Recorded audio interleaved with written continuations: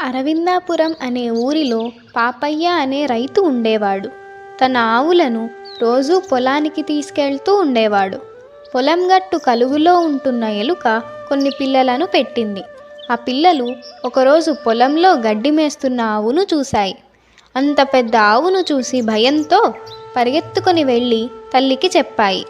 అక్కడే ఉన్న మరో ఎలుక, "ఏమిటి, నాకంటే పెద్ద జంతువా?" అని ప్రశ్నించింది.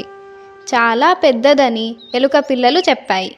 ఆ ఎలుక కలుగులోకి పోయి బాగా ఆహారం తిని వచ్చి, "ఇప్పుడు చూడండి, మీరు చూసిన జంతువు శరీరం ఇంతకంటే పెద్దదిగా ఉంటుందా?" అని ప్రశ్నించింది. "ఇంకా పెద్దగా ఉంటుందని" జవాబిచ్చాయి.